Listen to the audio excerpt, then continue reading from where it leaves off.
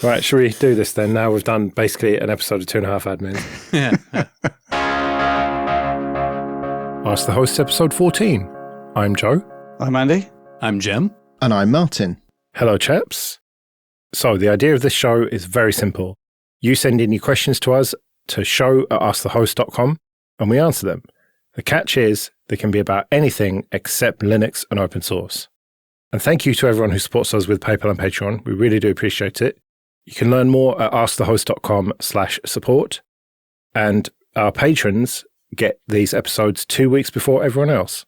So check it out. Right, the first question then. Mark asks, what's the best TV show of all time? Breaking Bad, next question. Firefly. Oh, Jim, that's a good answer. That's actually a good answer. That's the only answer. I don't know what the hell's wrong with Joe. Huh. They're both very good, but neither of them is Northern Exposure. Northern Exposure is good. Okay, here's a controversial one that a lot of folks aren't going to agree with. Now, it does get terrible in the later seasons, but if you start literally from the pilot for the first 2 or 3 seasons, Cheers is one of the best shows that's ever been on television. Yeah, that was good. I used to like Cheers. Yeah, we watched that and that's good, yeah. I always struggle with the what's the best. As you heard, I could easily do a what's the worst. I struggle with that, not one bit.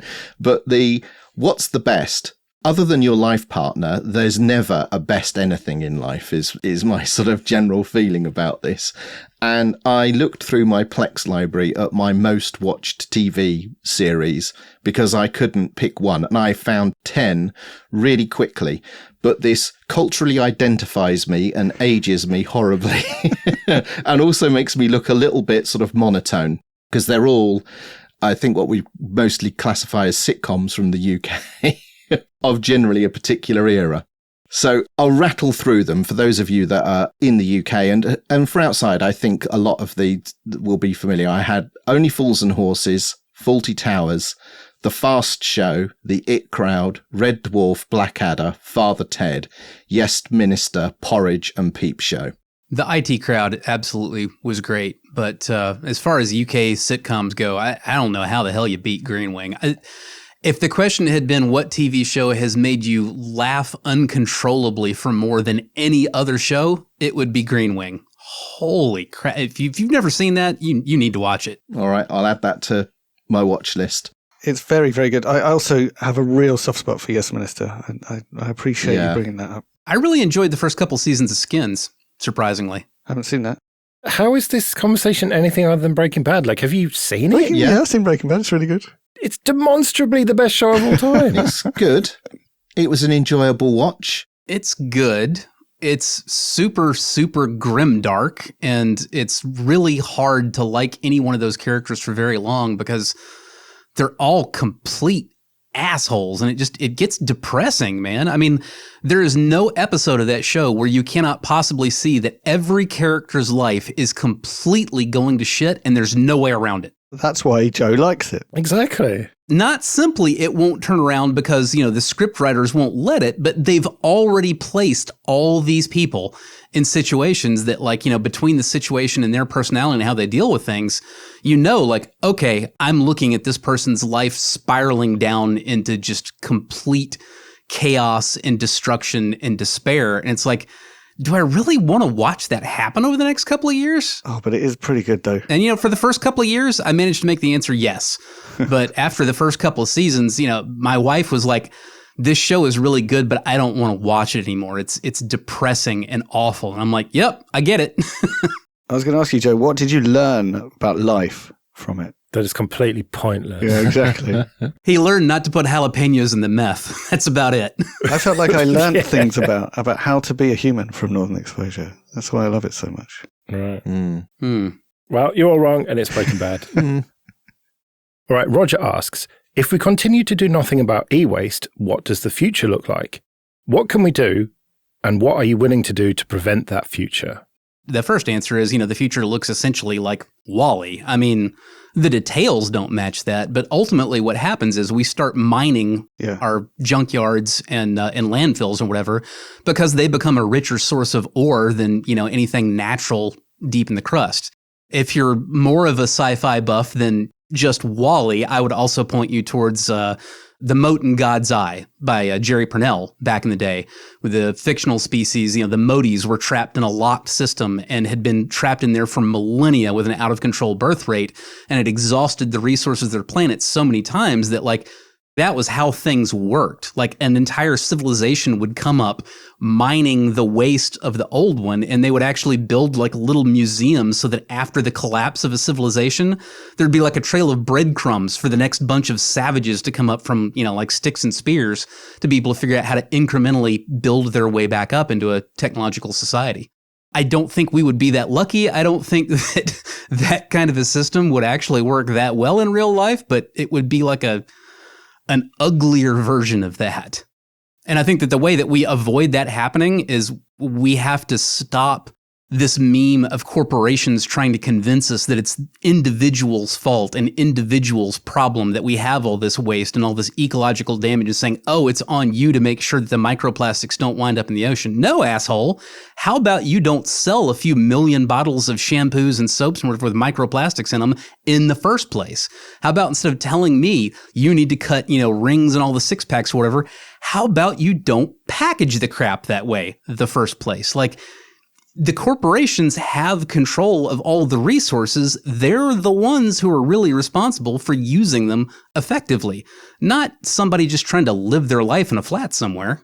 Yeah, I totally agree with that. Like, the problem is basically capitalism, right? It's always capitalism, isn't it? I would just like to state for the record, Andy's the one who said capitalism was the problem, not me this time.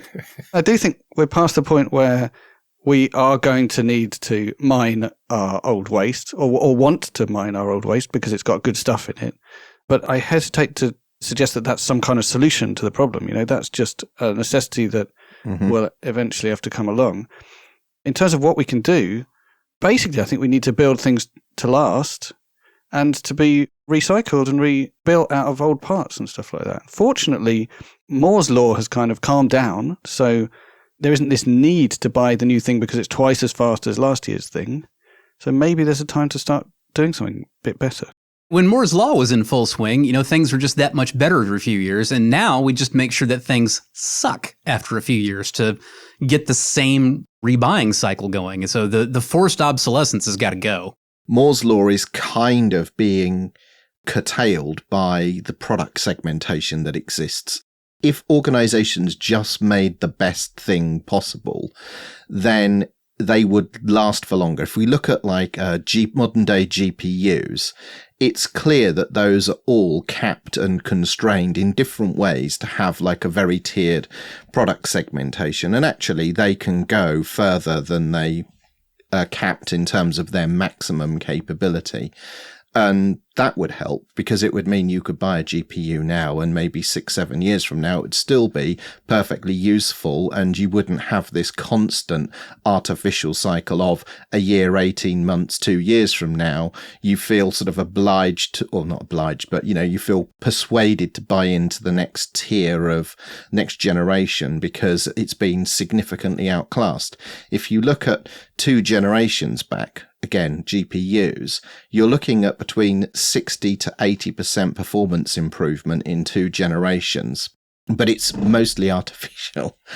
And, when we look at e-waste in particular, I think Andy's right. It's just a fact of life. We have to reclaim the resources from the past devices, all of the rare metals and what have you that are in those things.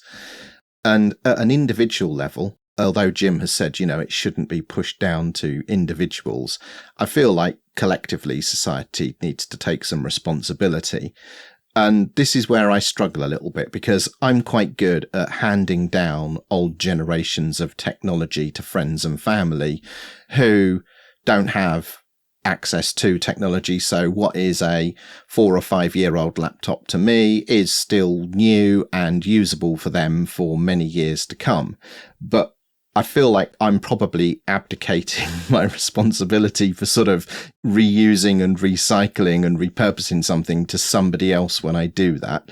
And similarly, if you sell on older equipment, you're just abdicating responsibility to somebody else to deal with that older hardware. I don't agree with that at all, but go on. Well, you are. I mean, you're making it available to somebody else to use, but ultimately you're handing that responsibility for them to do something with that when they're finished with it in a responsible way. Yeah, and also you are probably replacing it with something brand new because we all like the new shiny shit. Yeah. So that's what I do, is try not to buy new shiny shit, because we all just want to buy shit all the time. We're all just driven for what Germans would probably call Kauflust, like, buying lust. And so what I try and do is channel that into looking on eBay and Facebook Marketplace for what my friend calls shitty old ThinkPads, and, get an X270 or a T480 for £100 or less if possible. And that sort of satisfies it briefly for me. And then I've got something to play with that is not, it was otherwise just sitting around doing nothing, or was going to end up in EWaste. Right. So the second part of this question was, what can we do, or what are you willing to do to prevent that future? So I have made a change. Until quite recently, the workstation I would have been recording this podcast on was a Threadripper 3970 with 256 gigs of RAM and terabytes of SSDs. Now that I'll blame you for. And that I don't have next to me anymore. What I've done is I have repurposed some Ryzen 5000 motherboards and CPUs and built myself two last generation AM4 systems, workstations, and I intend to run those until they physically cannot do what I require them to do anymore, and I intend to keep them for years. And Joe was talking about, buying lust or consumerism. I've placed an embargo on myself from buying new technology. I have lots of old stuff, and when I think about it, this can probably sustain me for many years. So I'm trying not to buy any new technology and just extending the useful life of the stuff I already have. But this is a new change for me. That's the way it's been for me for quite a while, honestly. And I do want to go ahead and say why I was pushing back and say I disagree with you. Like, I get where you're coming from when you say you feel like you're just kicking the can down the road a little bit by reselling, your stuff or giving it, whatever to friends and family who can use it.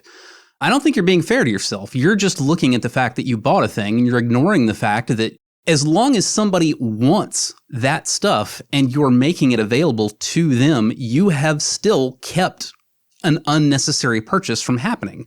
And most likely when you're doing that, I would imagine you're probably giving them considerably more help in making sure that they get the right thing for them than they would possibly get if they just walked into a big box store and said, I need a thing, please sell me a thing. So no, you're on the side of the angels here. Now, if you're buying a new, computer like every 6 months, well, sure, that would start looking ridiculous. But again, as long as there is somebody who actually wants it and can use it, and, you're passing it on to them and they don't have to buy a new thing, and you're giving them at least as much value or more as they would get going out and buying new, then no, man, your hands are still clean. Now, when you're like, oh, well, I want somebody else to buy or to take my old crap, but nobody will, that's when you've got the problem. That's when you're kidding yourself. Right. And you do see that a lot too. I can't tell you how many times I come across people who are like, I want to let loose of this old thing. Like, it might be a computer, it might be something completely non-technical, but they get all hung up with but it's got to go to a good home, and it's got this and that and the other. And it's like, that's not how this works. Either somebody wants it and needs it, and you're helping make that happen, or nobody does. And if nobody does, well, then you have to find a way to responsibly dispose of it. So I totally agree with the sentiment that companies are responsible for a lot of what's going on, and we basically need to regulate them to make them do it. But I think there are things that we can do as individuals. When we do need to buy new things, we can buy things that are recyclable, repairable, and designed to last, like the Framework laptop or the Fairphone. And then the second part of the question was, what are we willing to do? That was what we can do. What are we willing to do? And the evidence in my own life is I am willing to keep my old Samsung phone and not get the upgrade that was due to me from my phone contract. And actually, despite the fact that when I open a computer, it always dies, I did repair my old Samsung, which I was incredibly proud of. But what I'm not willing to do is buy a Fairphone because they're so flipping expensive. And it's actually better to keep the old one, right? So, The reason I pushed back so strongly against pushing this down to the individual is that, sure, you can talk about the things you can do as an individual, but it's not about you as an individual. It's about humanity. And humanity as a collection of individuals are already doing all they're willing to do individually, because that's how that works. Either you're a person who wants to do those things, and if you are, well, you're doing them because you want to do them, or you're a person who doesn't, and you're not gonna unless something constrains you to it. Like, that's the whole point of having any degree of like segmentation and organization in a society. Like, you need to be able to set some kind of guidelines to keep things in bounds, because there will always be large numbers of humans who are very willing to do the wrong thing as long as it's easy. So you have to not make it easy. There are also humans who are persuadable to do the right thing, especially if it's not that expensive, and who can have some influence on what happens, right? Sure, but who hasn't been reached with that message at this point? What individual has never heard that they should recycle? I bet most people have not heard of Fairphones, and I think the Fairphone is materially better on this type of thing. It's not exactly amazing, but it's better. I think in a similar vein, most people outside of our usual, dare I say, Linux and open source circle haven't heard of Framework either, despite the good work and hype that surrounds them. Yeah, I didn't mention that because no one uses computers, right? So who cares? Yeah. In all fairness, the whole, talking about, not enough people know about Fairphone or Framework. I would posit that most of the people who would give a crap about it if they did know about it, in fact, do already know about it. I don't think there's that many people who are willing to pay more for a device because it is repairable that don't already know about these things. Because if you care about that, you're looking for it and you'll find it, and either you're willing to pay a little bit more money to get that or you're not. I did vote with my wallet to some extent. I bought a new laptop 2 years ago, and I ended up getting a Lenovo ThinkPad Z13. And one of the features of that laptop that I found attractive is that the laptop itself was made of 70% recyclable material. I think all of the aluminium that was used in that device was 100% recycled. And all of the packaging and boxing and everything that it came in was all sugarcane and bamboo. So it was all compostable. And that's an encouraging sign that we're seeing increasingly. If you look at the big manufacturers of stuff, they are moving increasingly towards, an entirely recyclable, compostable packaging and all the rest of it. So in this country, Jim, we have a phrase, and that phrase is pissing in the wind. And that's what they're doing there. In my country, we have a similar phrase, and it's called pissing up a rope. Yeah.